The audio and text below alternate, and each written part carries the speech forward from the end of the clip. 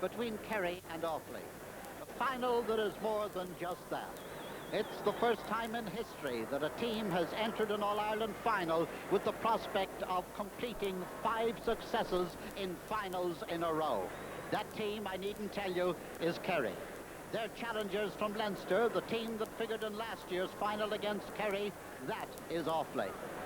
And the old familiar scene, the colourful scene as ever, the Artane band formed up in front of the stand. And in a few moments, Cardinal O'Fee will arrive to take his place amongst the other dignitaries on the stand. And in the front line there, you can see a line of former presidents of the GAA. Seamus Ryan on the left, just wiping his brow there, with Mrs. Ryan alongside him. And then you have Alf Murray, former president, Pat Fanning, and Con Murphy's on the back there, and then Dr. Donald Keenan, and that's a son of Pat Fanning's there on the right, the Lord Mayor of Dublin on the extreme right, and Minister for Agriculture. You can see Jack Wilson, or John Wilson there in the back. He, of course, a star of the Cavan team back in 1947. And Minister for Posts and Telegraphs there, there's Michael Woods just in behind there. You can, well, he's partly hidden at the moment. And in a moment, the Cardinal, as I say, will arrive, and then the President. But I don't care what the program says, here are Offaly!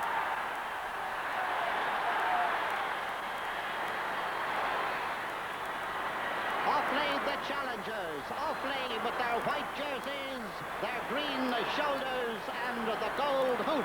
A little bit higher than usual, that hoop, but here they are now, heading down to the photograph position. And a whole line of cameramen there, as you can see. They are going to get their good photos, their close-up photos of the team that is challenging the might of Kerry today. Pat Fitzgerald down there doing a little jig on the extreme left, and there, of course, the senior man of the All-Ireland, 36-year-old Martin Furlong in the yellow jersey. Richie Connor going in to take his position as the captain in there in the centre. And on the extreme right at the very back is Tomas Connor, but now the arrival of Cardinal Tomas O'Fee being escorted by Ord Stuarahor, Cumann Luat Glasgael, Liam O'Mulvehel.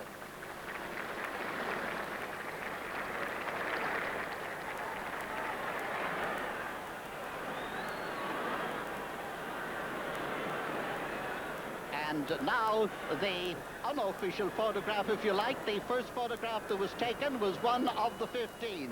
Now we have the entire panel of subs, and well, they go a little bit beyond the 21, and here come Kerry. Well, it looks as if they're going to try and dazzle them as well as everything else. And Kerry bounding onto the field with that urge, that insistence that history will be made today as they try to win their 5th All-Ireland title in a row, an achievement never made before in the history of Gaelic football, or indeed of hurling.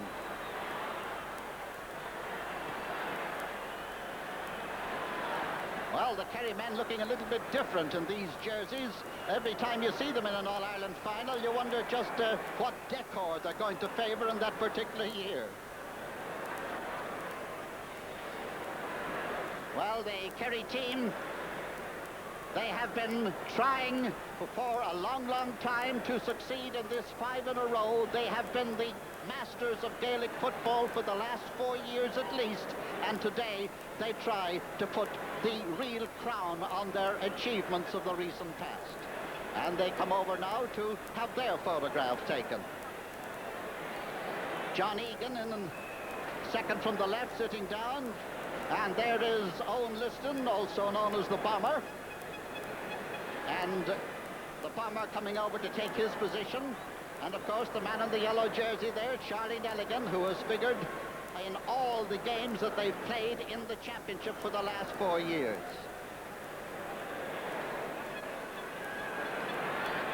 Jack O'Shea on the very back there on the left, and Paddy Lynch alongside him, Owen Liston, then John O'Keefe looking very, very serious, and why not? Charlie Nelligan, Tim Kennelly bobbing up and down there, and Tom Spillane, the only man in that picture who hasn't won an All-Ireland senior medal.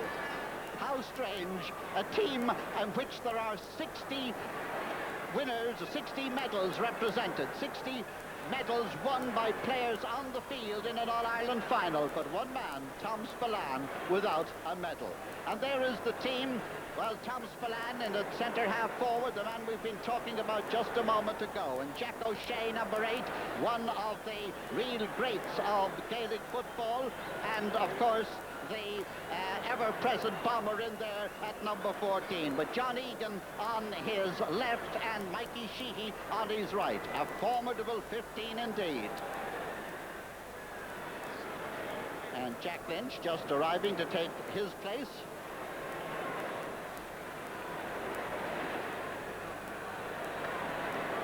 And the Offaly team, well, you can find Connors all around the place. You can find Lowry's all around the place. You can find Fitzgerald's all around the place. Agus yn eisiau coed Ochr on the Heron on Dr. O'Hilre.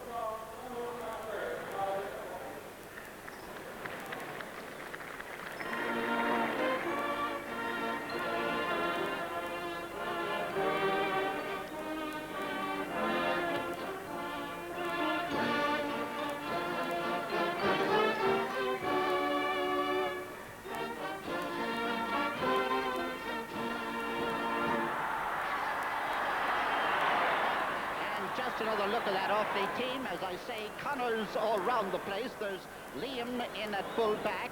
There's Tomas in at centre field. They're brothers. There's Richie at centre half, and Matt at full forward. And they're brothers, and the ones that aren't brothers are cousins. The Fitzgeralds, they're brothers, and the 3 Lowrys, they're brothers. So there are a couple of others happen to get in on the team as well. A formidable team too, believe me. And the Offaly team limbering up there. There's number 15. This is Brendan Lowry, a man who came onto the team from nowhere just a year ago, and this year has scored, well, 2 goals and 7 points in the championship campaign. Number 6 is Sean Lowry. Sean Lowry, who spent a long time up front in the full forward position, but now is back where he won an All-Ireland in 72 at centre half-back. One of the 2 players on the Offaly team to have won All-Irelands. This is Mick Lowry, his younger brother, and one of the 3 Lowrys on the team. This is 22-year-old Mick. And here we have Jerry Carroll, Jerry who really electrified the action in the Leinster final. And just down in front of us now, the referee P.J. McGrath is about to toss the coin. He's just having a word with the 2 captains just behind the band. And the picture of captains and referee, Richie Connor on the left, and P.J. McGrath, the second Mayo man to referee in All-Ireland, second Mayo man to referee in All-Ireland final. The other, of course, Dr. Mick Loftus. And on the right is John Egan. And here we go now with the toss. Well, make up your mind, lads, who's going to call. There it goes.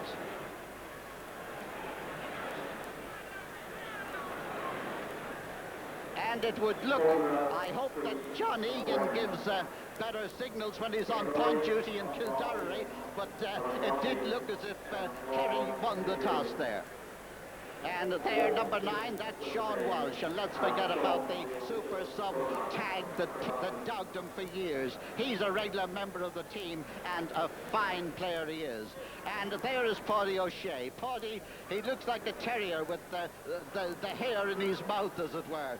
But he is a terrier. The gloves will help him keep that ball steady, because it has been raining this morning in Dublin, and the ball tending to be a little bit greasy. And that's Tom Doyle coming towards us in the background there. Tom, who came on the team as a forward, but now has gone back as a half-back. He's been playing well in club games down in Kerry at full forward. And there is Paddy Lynch. And, well, a few years ago we were talking about the Lynch brothers on the team. His brother Brendan and Paddy, well, they were part of the great Kerry teams in the past. And Paddy, very much a fine member of this team. And the bomber, well, the man who was in there at full forward, he scored 2 goals and 9 points for the team. And now there has been a call over the public address system that there will be a moment's silence as a mark of respect to the late Mick Mackey, but that will follow after the parade. And the teams now coming in behind the Artane band to start the grand parade. Overhead rather cloudy and just a threat that we might have a little bit of rain. Charlie Nelligan up there in front, in behind the captain, who's John Egan. There's Ger O'Keefe. And in the background, you can see the Offaly men. There's John O'Keefe and Paddy Lynch for Kerry. And now the parade is on.